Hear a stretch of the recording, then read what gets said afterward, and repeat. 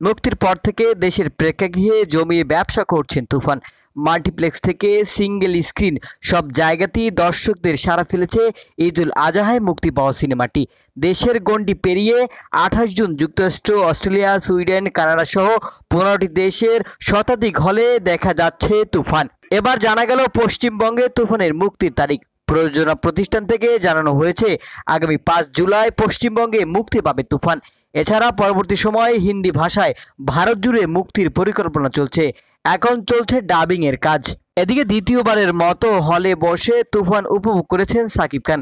সাধারণত নিজের সিনেমা দেখতে হলে যান না তিনি, তবে এবার তুফান মুক্তির পর ব্যতিক্রমে নায়ক। এক সপ্তাহের মধ্যে 2বার প্রেক্ষাগৃহে বসে নিজের সিনেমা উপভোগ করেছেন তিনি।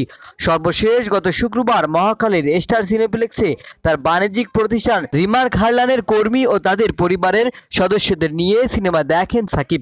সিনেমা দেখা শেষে তিনি জানায়, বাংলাদেশের সিনেমা নিয়ে তিনি যে স্বপ্ন দেখেছেন তা তুফানের হাত ধরে আরও এক ধাপ এগিয়ে গেছে।